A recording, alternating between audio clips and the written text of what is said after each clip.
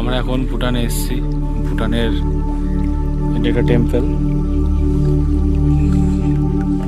যে টেম্পলটা হচ্ছে পালডান তাসি জলিং টেম্পল আছে এখানে, দেখতে পাচ্ছ তোমরা।